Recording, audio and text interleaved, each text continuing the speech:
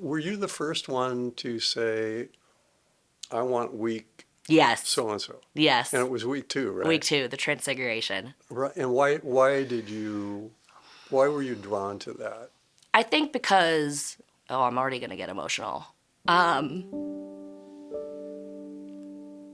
Even though I am living in the hope and the joy of the Lord, Father Jim's passing was really hard.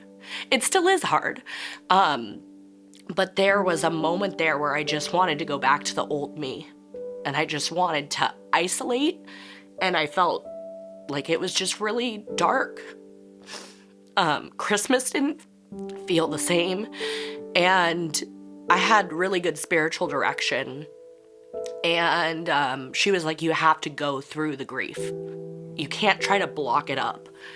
And I just knew when I was asked, there was a moment in spiritual direction where I was like, oh, like, he wouldn't want me to live like this, to go back to the me that's in this grave. I say all the time, we build these graves for ourselves, and we don't want to leave them even though they're cold and dark because they're comfortable. And we're being called out by Christ constantly to get out of these graves that we build for ourselves.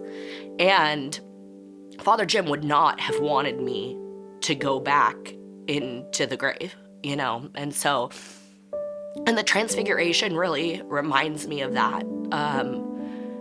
You know, I have every hope that Father Jim is in heaven and he is not stuck in a wheelchair. He is not suffering. And he's with God. And that's where we're all supposed to be. We are not meant to be here. We're on a journey to home, to heaven. And so I just know that Father Jim would not want me to despair. He would not want me to go back into that grave. And the Transfiguration reminds me of what we are destined for. God in all his glory. And knowing that there's no more suffering, there's no more pain, there's no more sin, and that he has been with us this entire time, loving us. So that's what I would say to that. I need the tissue, sorry. Father Jim would not want you to go back to that grave. Yeah. He'd want me to be, he always said that I was joyful, like really joyful, and we had so much fun together. I was very blessed to be part of the team in the office that took care of him, that helped him with his needs. I was also very blessed to be on his leadership team and to get to travel with him to conferences, to meet with him every week, to have one-on-one mentorship from him. And he always said, like, you're so joyful, like your smile. And he would not want me to stop smiling. He would not want me to despair or go back to that place of hopelessness. And so there's rejoicing, because although I may miss him, he's home. And that's where I want to be. So, but yeah, he'd not want me to go back to that grave. It's not a denial of grief. Yes. It's a working through. It's working How through. do you manage the joy and the grief? So you manage them at the same time. It's so important that you don't back up grief. It's like creating a dam, right? That just creates all of this space where the grief still builds up if you're not allowing it to pass, and then it can control your life. And I don't want my grief to control my life. All it is an expression of, I loved this man, this very holy man, and I'm gonna miss him. But that missing is temporary. And oh, how wonderful is it that he is in the Father's presence, that he is not suffering anymore. Like, how that should make all of us happy. So it's okay to miss. It's okay to grieve because you loved someone and the role they had in your life. But it's really important to know that God is with us in that. He wants us to go through it, not to try to stop it. Because our initial reaction is, oh, I don't want to deal with this, you know? And so we try to block it up. And God is like, no, like, let me be here with you through this. Let me be your strength through this. You were one of the people in the office that cared for Father Jim. What was that like? Oh, it was the biggest blessing to be able to help him. It healed a lot of things in me. Father Jim and I used to talk about a lot of core wounds, and hurt people. So if you don't address the wounds you have, whether they're from childhood or young adulthood, whenever it is, it impacts you, and you may not even know, but it impacts your relationships, how you communicate with people. And I'll never forget, it was 2 or 3 years ago at Amazing Parish. I think it was 2 years ago at Amazing Parish Conference. We were talking about our core wounds in Father Jim's hotel room, and we were just all really spilling our guts about things that had happened and praying with each other. And we had adoration, and we were all just clinging to each other and crying. And Father Jim shared that his biggest fear was being put in a home where no one was with him. He really feared being alone. And then he told me that he feared asking for help from people. It was hard. Of course it was hard. You can't move your body at all. And you don't want to put people in a position for him. He didn't want to ask people and them feel like they had to. And so it was hard for him. And I just said to him at that point, I'm willing to take care of you beyond just feeding you lunch. I did that with my papa. I want to help. And he just started crying, and he said, thank you so much. I was afraid to ask you. And I was like, it's such a blessing. Such a blessing. I miss it. I don't miss him being in a wheelchair and bound to a wheelchair, but I miss the feeding him and spending time with him. Coming over to the rectory on his day off to put a blanket on him or to turn on a TV show, or it was just, it's so true that you get so much more out of serving others. And so it was the biggest blessing, I think, outside of the birth of my children in my life, to be able to care for him over these last couple of years. Did you consciously see it as kind of in the Matthew 25 sense of what you did to the least of my brother and you did you see it in terms of serving Jesus? Part of the time, I saw it as this is Christ affording me an opportunity to take care of someone who needs it.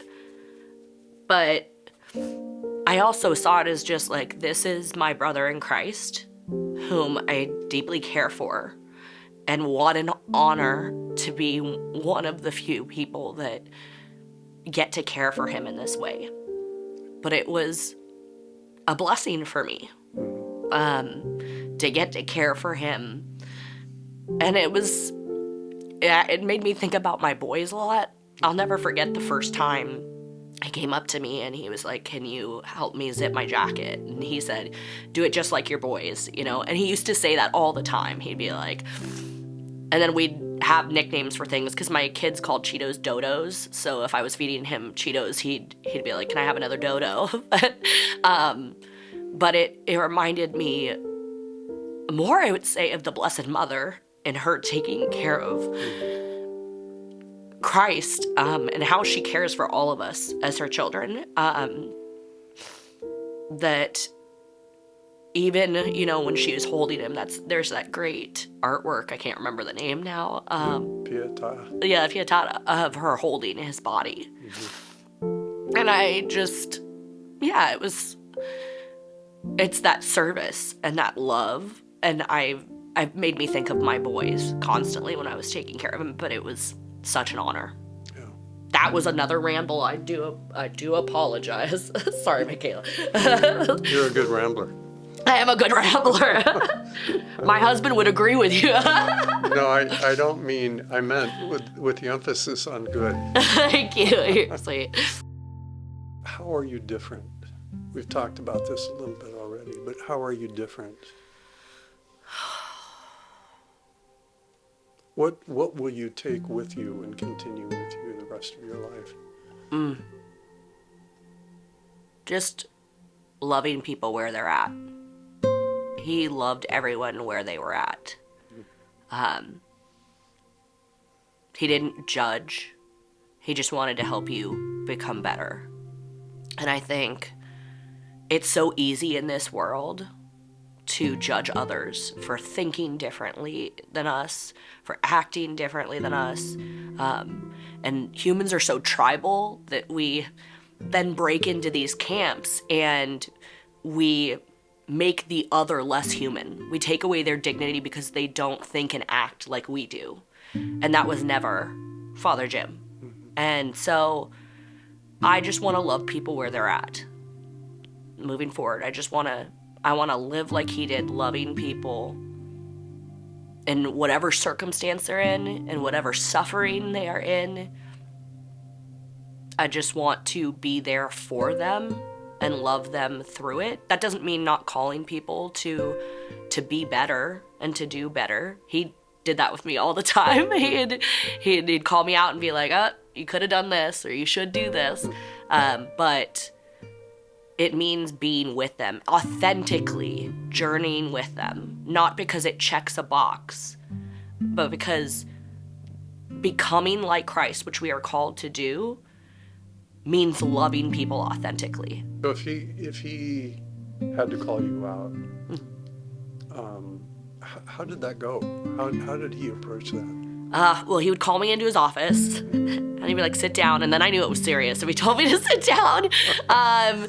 And he'd be like, I want to talk to you about this, and he kept notes on his phone. He would have Siri keep notes, and so he'd talk to me, and he just lovingly would call me to what Christ is calling me to, a greater purpose.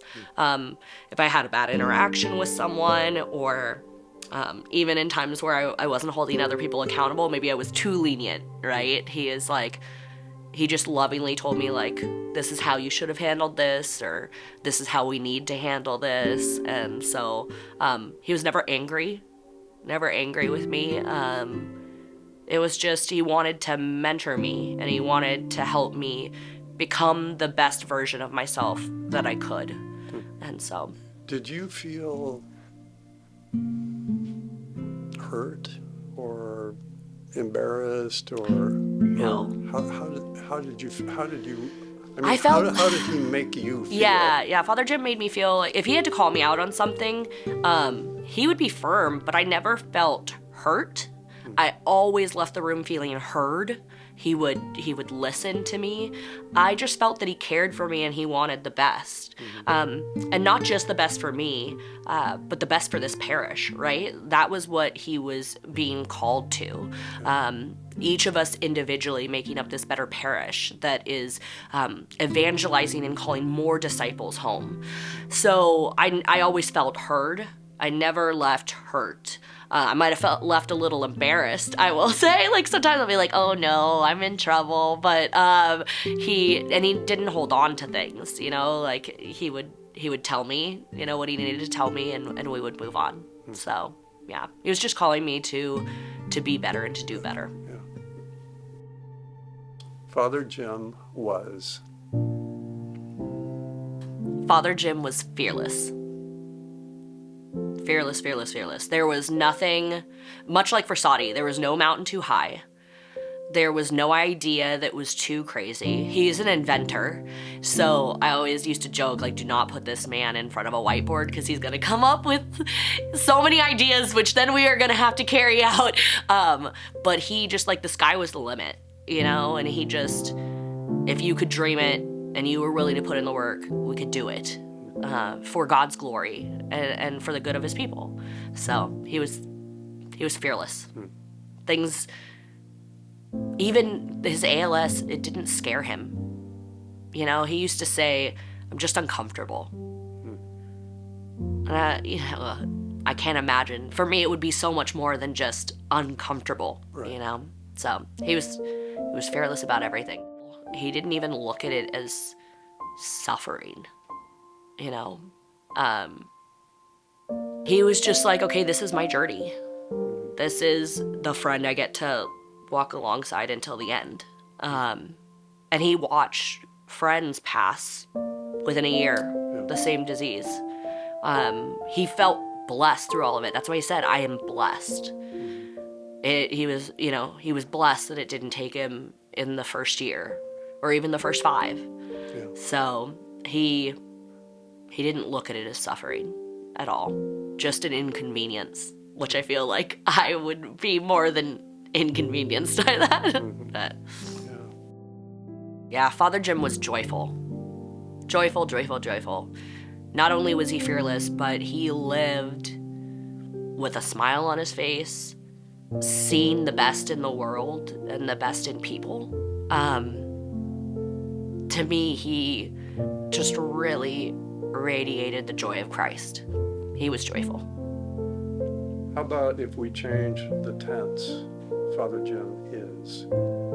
Father Jim is fearless and joyful. He is fearless and joyful. Right now he is. Right now he is. Oh my goodness, he is in heaven. He is in just in the midst of love and peace, and there is no suffering, and he's home.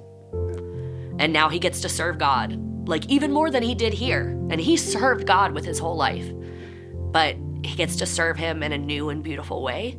And he gets to pray for us. Like, what a blessing that we can ask for his intercession for us. So he is still fearless and joyful. This is one of my favorite stories, though. So 2 years ago on Easter Vigil, I wanted to wear a white dress, so I went out and I thrifted this dress that I'm wearing right now. And I put it on, and I'm getting ready to leave the house, and I told my husband, I was like, isn't this like the most beautiful dress? And he's like, I love you, babe, but you look like a grandma, right? So I leave. Husbands, don't do that, okay, right? Bad, don't follow his example. I leave the house and go. It's a very late night, right? Obviously, Easter Vigil. So Father Jim and I are just alone in the sacristy, and he was like, I love that dress. What a beautiful dress. And I said, oh, thanks. Like, I really appreciate that, because my husband told me that I look like a grandma in it. And he's like, don't you listen to him. My grandma wore house dresses like that all the time, and they were beautiful. And he did not get that. Like, I was just like, I looked at him and I was like, you need to go to bed. It's too late. So one of my favorite things, every time I wear this dress, and I would tease him about it. I would wear the dress to the office just so I could tease him. And that was just, yeah, we had a good time. He was comparing you to his grandma, whom he loved, and he loved the dress. He thought it was so beautiful, but he did not see the connection. And I was like, he just called me a grandma. So yeah, I'd like, this is the first time I've worn it in a while, but I hunted it down because we're remodeling our house right now, getting ready to sell it, and I had to hunt it down so I could wear it just for this, so I could tell the dress story. Glad you did. I'm going to do a little pan down here so we can get the full effect. Yeah, don't get the shoes though. I'm doing my Valentine setup, so it's like, I don't care if you get the shoes. Actually, they're totally me, but. I was like, I already have to bring like 3 outfit changes. I'm wearing the same shoes all night. But yeah, I just wanted to tell that story because he was a hoot. He was fun. We had a real sense of humor. Such a sense of humor. Sometimes people say I don't have a filter for my brain to my mouth. Like, I'll just say things, and I don't really think about how they're gonna sound. And I remember one time I did that in this rectory at the counter, and Chris Peterson was like, Jackie, there were so many better and more appropriate ways you could have said that. And Father Jim just looked at me and he's like, no, that's Jackie. Like, he just loved me where I was at, right? Yeah. He loved me where I was at, and he had such a sense of humor. We had a good time. Probably the biggest thing I miss about him is laughing with him. So, but I'll get to do that again. That is my hope.